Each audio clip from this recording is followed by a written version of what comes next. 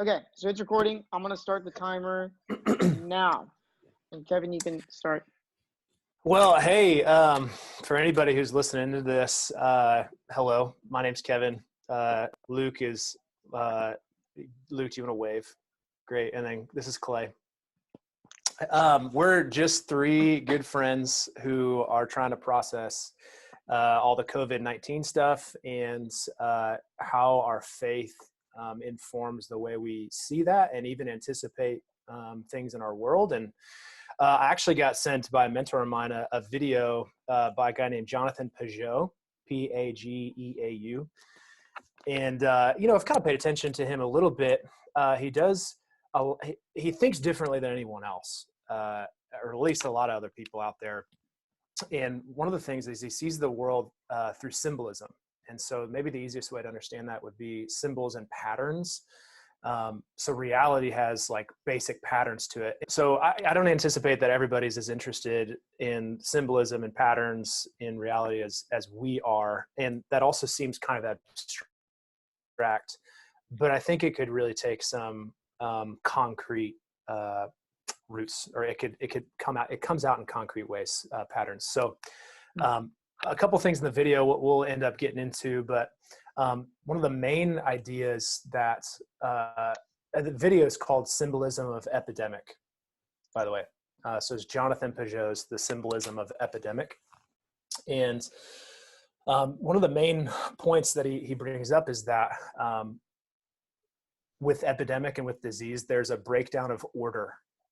And it's really a breakdown of meaning. And so the things that a disease does to a body, a disease like we see the same effects of breakdown, of isolation in body, in society, in communities, in communications, and all those things. And I think all of us could probably relate to just how everything has changed, and we're trying to react to that. And that then brings up questions of integrity and identity, how relate to like the inside of ourself. You've probably spent a lot of time in silence, or at least more than maybe you would have. And then how we relate to people and things on the outside.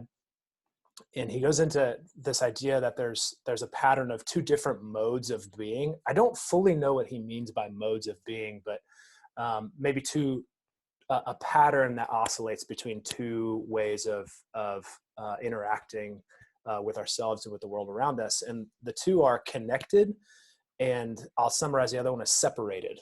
So connected and separated. Connected is towards openness. Separation isn't so much closedness as much as differentiation. So there is a closure to it, but it's a separateness. It's a differentiation from other things. And he goes into some really, really interesting, like concrete ways that those patterns are shaping up in all of kind of the chaos around us. And I think we'll get into that. So I guess with that summary, I don't know if you guys would add anything to that basic summary, Luke and Clay. So go for it, or just grab onto a topic that we want to tackle first. Yeah, I think kind of what you left off talking about, the fundamental tension that he likes to talk about is one where we are outside of ourselves. So we're trying to connect to the other. We're trying to be open to other people. We're celebrating diversity. We're trying to make the entire world interact with each other. And it's kind of this idea of open borders. And there was the United Nations that we started. You heard Barack Obama talked about how we are all global citizens. For the longest time, since about World War II, that has been it's one side of culture war, as Pageau calls it, and it's become like almost religious in the way it's like talked about, and that one fundamental mode of being. And it's been very much celebrated, and you don't have to look far to see virtues such as diversity and tolerance of the other. They're very celebrated, right? And so he's seeing this disease as like there's going to be a large breakdown in that. We're starting to see almost like here's the fragility is the word he uses. Here's the fragility in that way of thinking, because now the very people who were saying we should have no borders, there should not be a wall, we need to be as open as possible. Now those people are saying, isolate yourself, get away from everyone. And so that's the fundamental difference, is people are completely flipping their mode of being. Let's connect to let's separate. Yeah, I think to add on top of that, the only party that is winning in this is the introverts. And what we're really seeing is this like movement towards diffusion. So we have like a fused idea of the way things are. When you look at a chair, you say like, that's a chair. But because of the nature of this disease, we have to look at society and the way we interact in a lot of different ways. And we're simply, I think what Pageau is trying to get at is this diffusion of ideas. And like you were saying, Luke, the fragility of what we're facing right now. And so it's kind of this ebb and flow of right now, we have to be a lot more introverted. And there's, you stay inside, you have to be more protected, more separated, regardless of your initial mode of being. Whereas, for example, the Canadian Prime Minister, it's mentioned in the video, Justin Trudeau, I think is his name, is very open borders, is very like, we want to be accepting diversity. Let's go, let's do it. He called Canada post-national, a post-national right, okay. country. And the idea there is that like we want diversity, we want open borders, we want to be like the most accepting, the most connected. In even now, countries like that, due to the nature of this disease, are going to have to diffuse from that idea and temporarily, for quite some time now, fuse to a different idea of safety, protective, separated, introverted.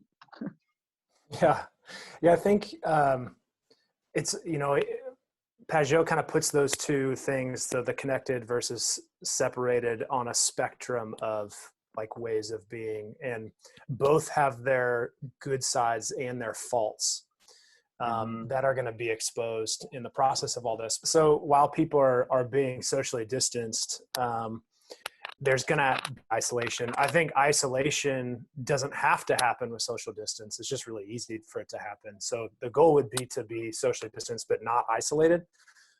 Either way, we're going to start to see the negative effects of social isolation as well.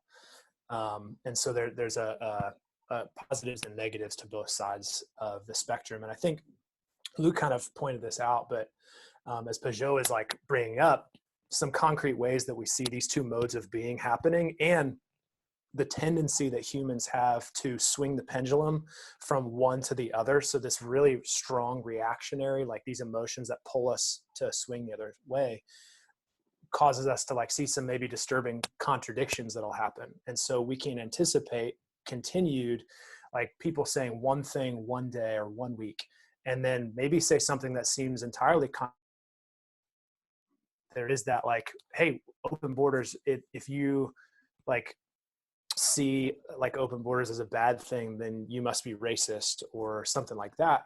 And then like someone who, is holding to that position might also be saying everybody should absolutely be social distancing and stay away from each other. And so there could be ways to like kind of justify and like make logic and sense out of that, out of like the avoiding harm or things like that. But it is an interesting kind of contradiction viewed from this perspective.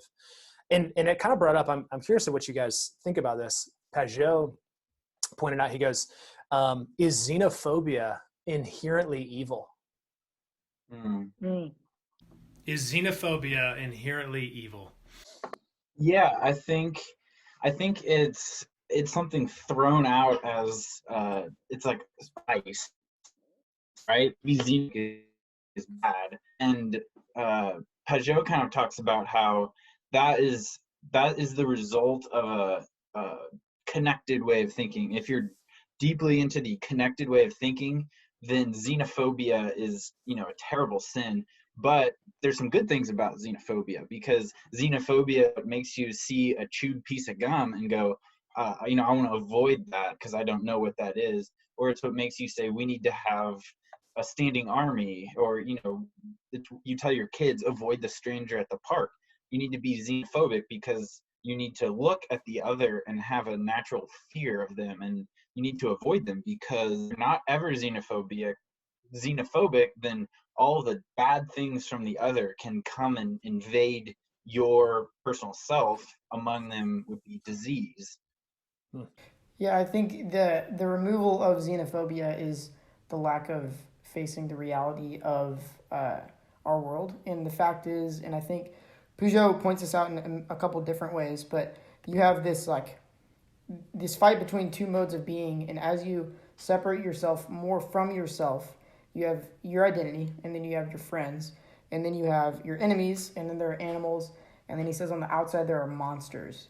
And so this xenophobic nature almost splits a line for some people in different spots in that line, whether it's between your friends and your enemies, or, animals and monsters. It's this line where you are able to say, this is where I want to protect myself, my group, my circle. And I think there's a good nature about that. And as we walk through this connected and separated nature, there are times where you need to be more separated, more connected. And I think right now is a time where we need to be more xenophobic, I guess. And I don't see that as an inherently evil thing. It can be used in that way, but I don't think it is right now. It's evil if you're like, I think someone with a different color skin doesn't deserve the same opportunities. That's where it's evil. But xenophobia isn't evil if you say, I should avoid eating bat soup. That's a good form of it. Yeah, and it is interesting, obviously Pageau points this out in the video of like a healthy life actually strikes a balance of connected and separated. Yeah. And that, obviously we've kind of talked about this a little bit more at a societal view, and that also is true of a personal life. Like we all need a degree of connectedness and separateness. If the overly connected might be that idea of groupthink, or you only ever are with people, or you only ever are engaging with your media, and you're only ever engaging and being entertained or consuming something. And to separate is to actually have solitude, to actually have separation from people. That there's something inherently that we need about that, because I think science doesn't even know why we have to sleep. Like the answer is we sleep because we need rest. And if we don't rest, if you literally don't rest, you'll end up dying. But we don't know why our cells can't just function. Mm-hmm. And at least I've heard that. Maybe I could be wrong, but it's kind of interesting. And so the reality is there's a pattern in which the reality is set that we actually have to be separated. And I think we'd all look at our own lives and go, man, I'm probably not as separated as I need to be. I'm not, there's not a good balance of that in my life. I think that's certainly been something I've seen in my own life in this time. Yeah, and so this is a great opportunity to separate from the outside world and, instead become either, closer to your spouse or your children, or if it's just yourself. But then Pageau talks about the other, we're talking about that balance. So a lot of us are too connected, and so this is a great opportunity for us to separate ourselves. But there's still a balance, because if you become so separate that there's the example of the person who never leaves their house and has perfect hygiene, always washes their hands, makes sure everything's clean. That's all good and well, except the second you're exposed to like an out pathogen, you don't have the antibodies to fight that. And so you get an extreme version of whatever it is that you encounter. So if you're too separate, then you're too vulnerable when you are finally exposed to others. So it is that like too much of one or the other is a bad thing. And I don't want to go off into something different, but I have a question after this comment, which is that I think what we have talked about and what spurred a lot of these initial conversations a few years ago was this balance between chaos and order. from Jordan Peterson's kind of conversations. And that's what we're dealing with right now, is the willingness where chaos is that separated and order is that connected. Those are loose terms, right? But still the idea that there is this balance. And so as there is a balance between chaos and order, my question is, when we're looking at the connected and separated modes of being, do you guys think there is a equilibrium point where you can be teetering in both at the same time? Or as you're noticing right now, we need to be more xenophobic right now. And so what I mean is you see a high jump in xenophobic behaviors and separated behaviors.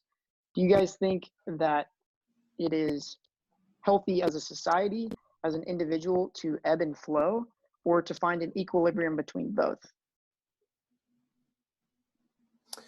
I would say oh, go ahead, Kevin. Go ahead. I would say the ideal balance. So I'm not sure which you said, but the connected would be chaos, going out into the unknown, and then the order would be the separated self. Because so you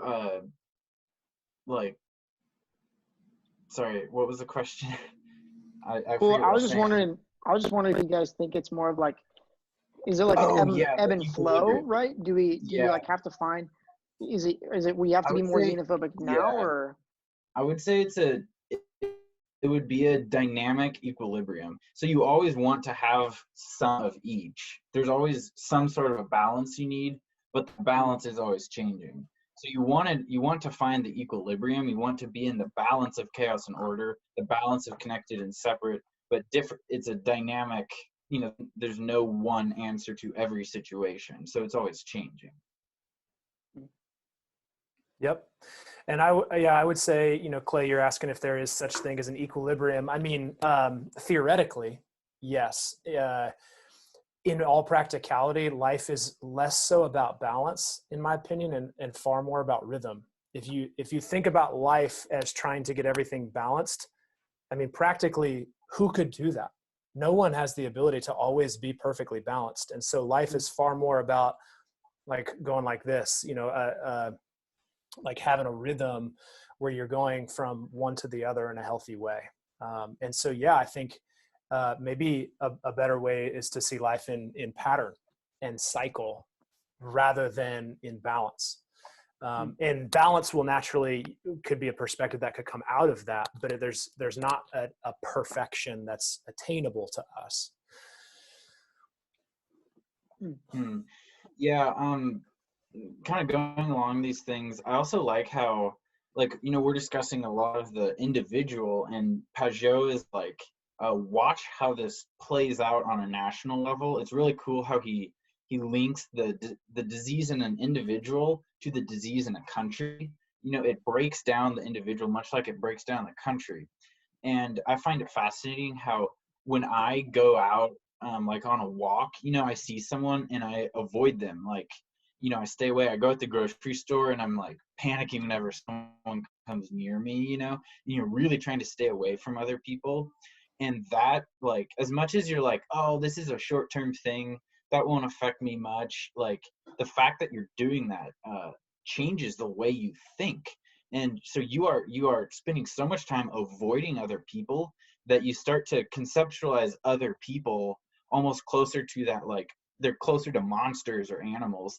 And so as you avoid other people more and more, that actually changes the way you think our country should be organized. And so it changes your political view. As you start avoiding other people, your political views start being, hey, our country needs to shut down itself. Our country needs to avoid other countries. And so it's like you start to get this nationalism. People are more likely to get this like sense of nationalism as a result of seeing them across the street and staying away from them. And so it's so interesting how those are connected, much like how the way the disease breaks down the body and the way the disease breaks down a country are connected. I think that leads really well into a point that I starred big time when I made a note, because it's scary that when there's a pendulum swing like this, and there's fear and this separation that occurs where, like you said, Luke, we start to like view people more and more as other and even as less human, which is evil. There's a risk of scapegoating. Mm-hmm. That there's a risk of in the breakdown of connections, we could create a system of control where we view someone or some group as the problem. And that's happened throughout history many a time.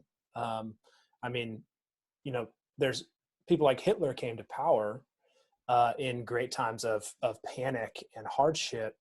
And then like there was a scapegoat that was ultimately blamed as being a source of the problem and then persecuted severely. Now, that's obviously the most extreme example that we can think of, but that's happened regularly throughout history in cycles and patterns. And so there is a risk right now of scapegoating. So we should be really really aware as people to notice, like especially as Christians, but no matter what you believe, like we must view each other as human. So there's the healthy like separation that we need to have right now, but we have to never ever forget that we're like ultimately one people.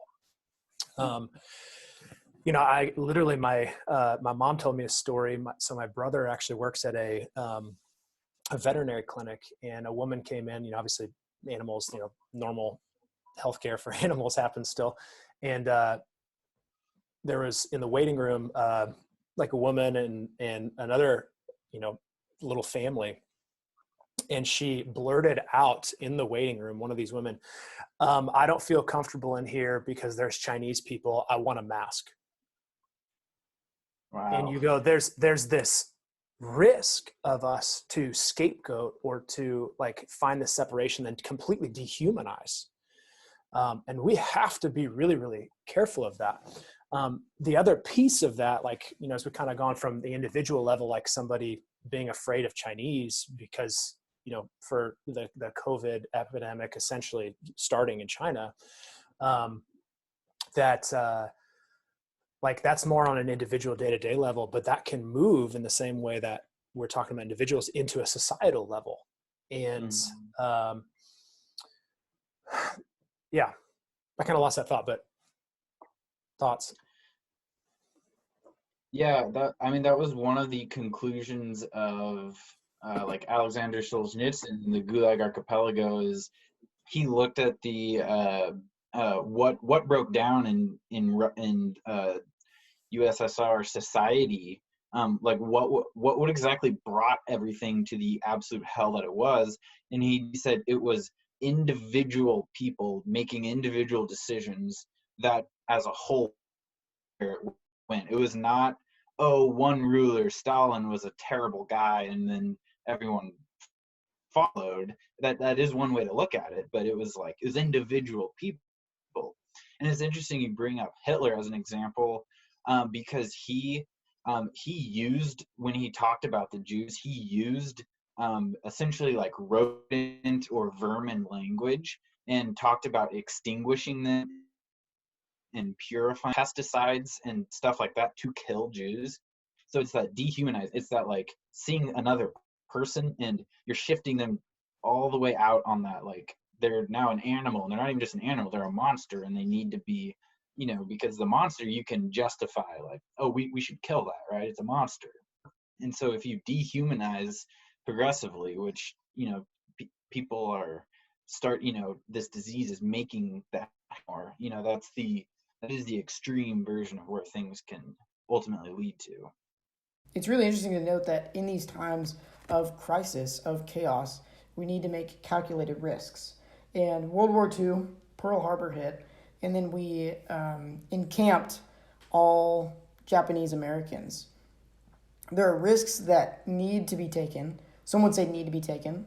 Some would say don't need to be taken. Depends on what side of the pendulum you're kind of sitting on. But that's kind of what we're seeing right now, is this diffusion of ideas and this connection to scapegoating, connection to wanting to find something to blame. Because right now, and specifically with diseases, is you can't you can track it by symptoms, you can track it by different things, but it's very hard to focus completely on. And it's very hard to know what, if it's like in your household or not. And I think for me right now, Lauren and I have, my fiance, for those who are watching, have bounced a couple different places. And it's become a very fearful thing of, what am I touching?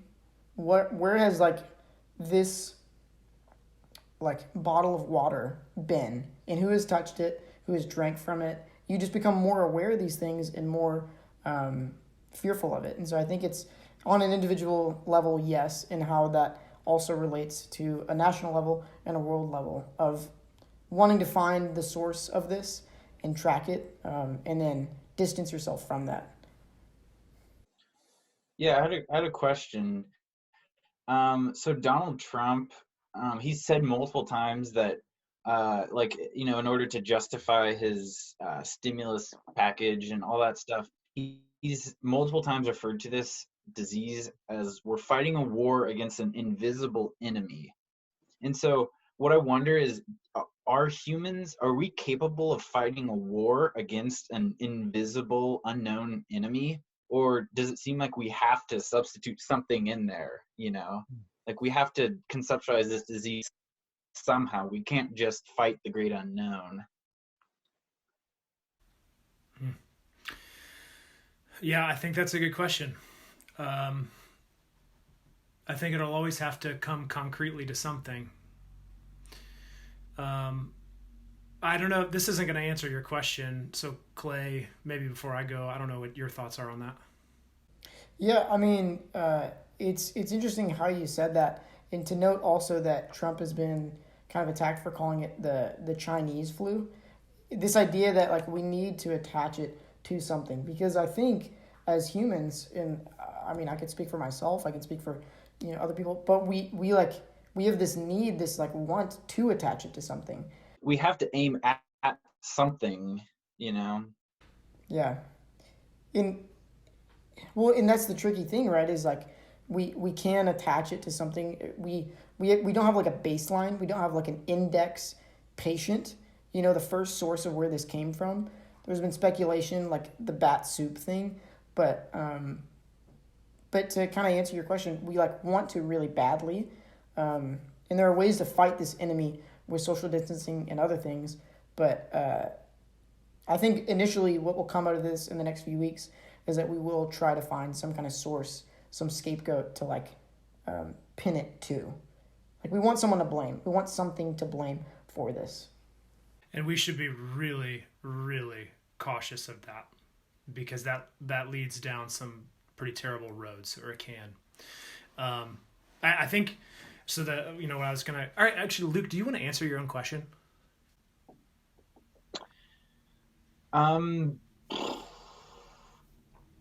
Yeah, I don't think I have anything to add. So okay. So Pageau pointed this out, but how it's in times of crisis like this, and the scapegoating and shifting, when power is easily consolidated to the few, consolidated to the top, and that's also a really dangerous place. One of the things I've been kind of paying attention to a little bit is some of the financial world. I pay attention to some of the cycles folks, and there's a lot of conversation in the financial world about moving away from cash and going to it like entirely electronic. So whether that's maybe credit card, or whether that's like even a Bitcoin or a digital currency of some kind. I would be against that personally, and I think one of the main reasons is that it allows those things to be entirely tracked, and it actually consolidates power because of everyone and everything that has to use currency in some form. You now no longer have an ability to move without things being seen or touched. Taxation can come out at just pre-use, like you can just pull it. And I think there's a lot of danger in that, not necessarily because the people should have something to hide, but that there always needs to be checks and balances. And the desire, Pageau brought up the story of David and the census and how that was sinful, and that the Bible actually teaches like the desire to account for everything in the system is actually sinful. And there's countless examples of scripture, but like some must be unaccounted for. And there's a law where people who owned fields had to leave a part of their field, the outsides, unharvested, so that all the people who were marginalized or poor could actually go and harvest their own food from those fields. And so as a owner, you don't even necessarily account for that. Like you just allow that to be taken. And so seeing that happen, the stimulus bill, this has been happening for a long time actually, but the Fed, so like the Fed, the Federal Reserve, is the largest owner of real estate in the world. They've bought trillions of dollars or billions of dollars in mortgage-backed securities. And with a $2 trillion stimulus bill that just got passed, I haven't looked at how exactly that rolls out, but like the Fed is creating counterfeit currency in a sense. Like they just create it out of thin air and then purchase like concrete things with it, which could very well be entirely immoral. In the name of safety, in the name of continuing order, when in reality what it could actually be doing is consolidating power at the top in a really bad way. I don't want to point fingers. I think this is a systemic thing where it's not just an evil person by any means, but where we don't often recognize what's happening and where it leads when we're in it. And it is really cool to look at the symbolism of Epidemic and all these different facets and go, we should be really careful. Yeah. Yeah, the government has a long history of using times of panic to exert power.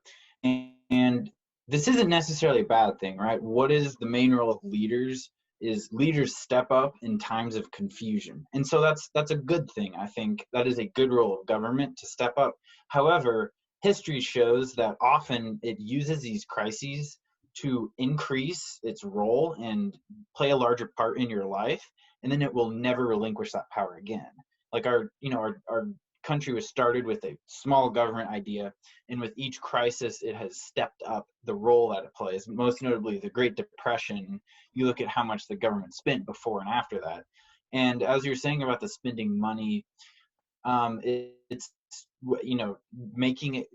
taking this money out of nowhere. That's one way to conceptualize it as immoral. The other way, which seems almost just like a different type of immoral, is you are taking it from future generations. Like someone down the line is going to have to pay for that. That is the $2 trillion we're spending today is $2 trillion out of the pockets of someone in the future, and that person is certainly not likely to consent to that. So that's another way to look at it. But it is like, I think of what are all the situations when you have authority, when you go to work, you have boss. Now you're from home, and so you're not under the authority of your boss. When you go to church, you're under the authority of your pastor, and so you're losing. We don't have church anymore, so we're losing authority in all these places, and we're just kind of sitting home, and there's a lot of uncertainty and authority.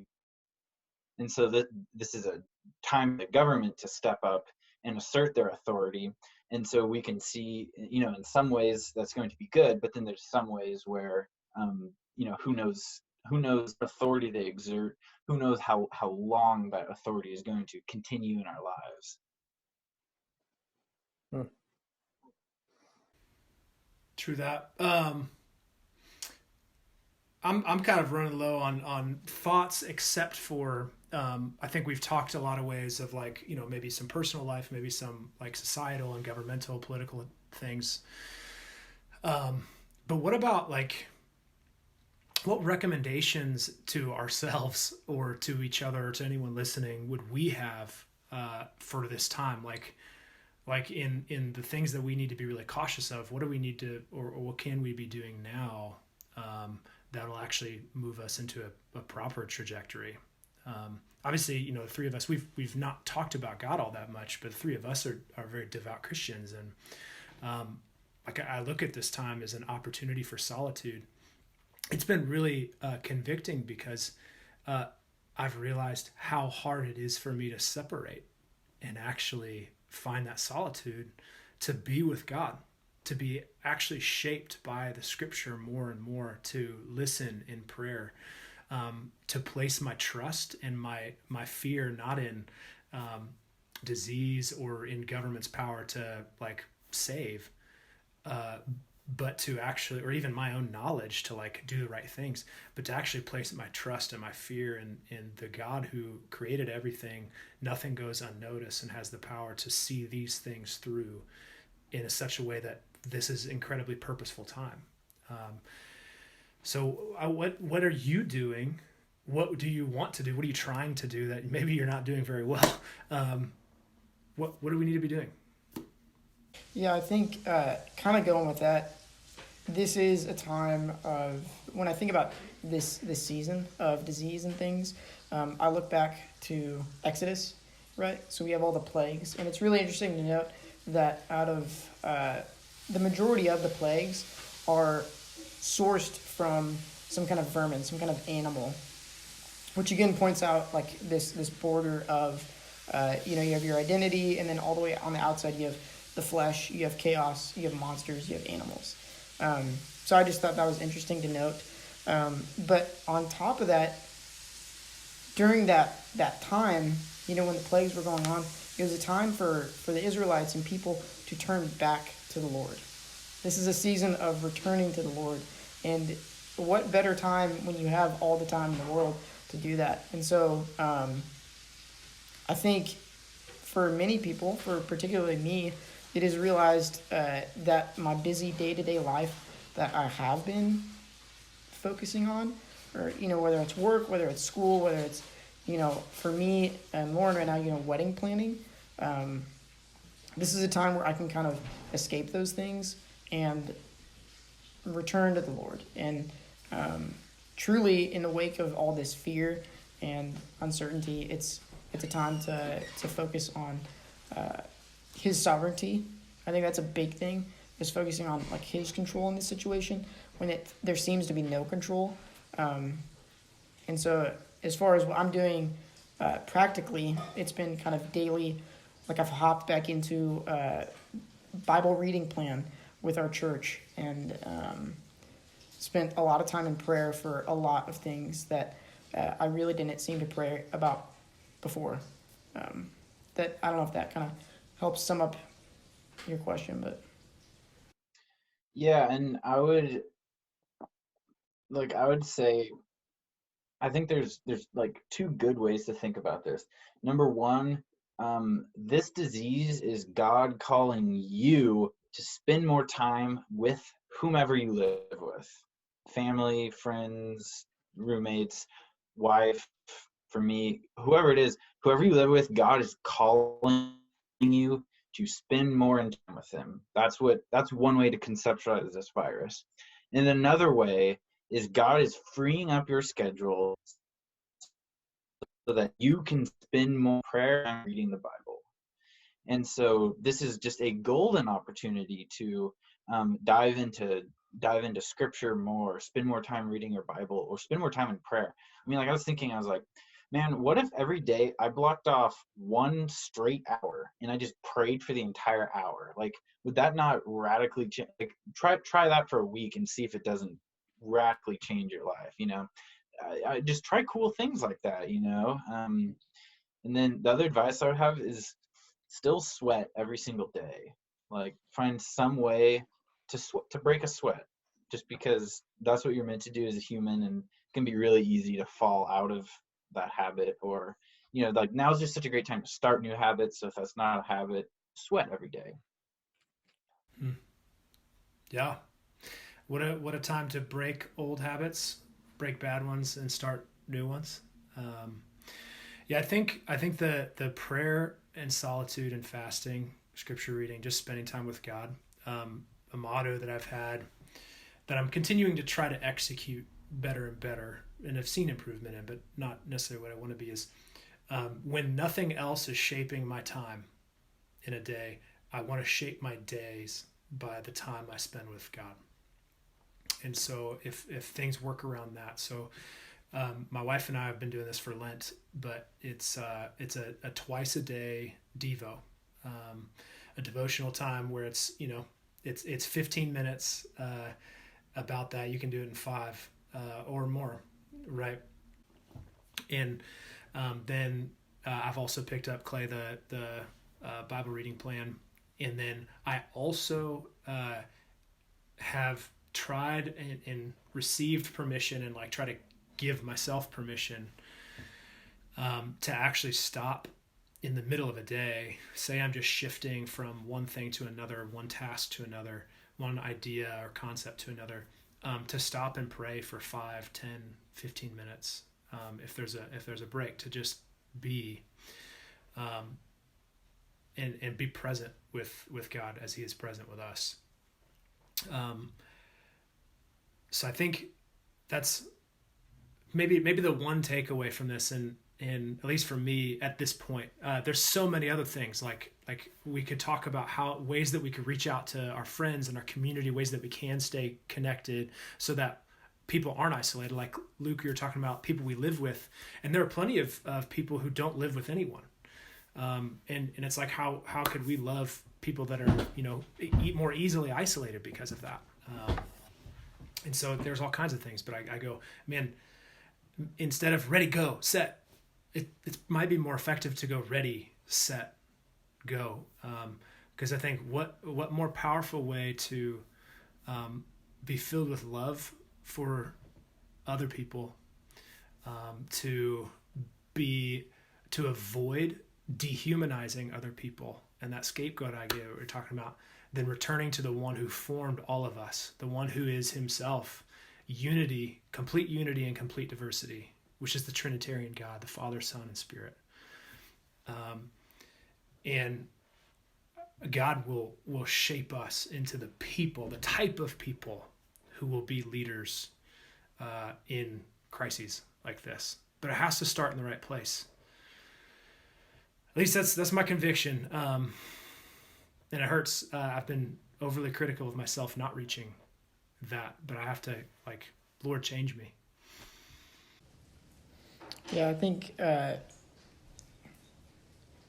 was just going to say something that was, disruption is causing growth in a lot of people's spiritualities. And there are certainly families that are being broken up. There are certainly a lot of people that are turning to the Lord in the wake of reaching out and connecting with people. And this has brought on, I think one of the biggest blessings of this is brought on different forms of communication with Zoom, with other different things. And so I think out of this season, we can still be in community, and we can still wrestle with the wake of this stuff with others, not necessarily just with those who are in close proximity to.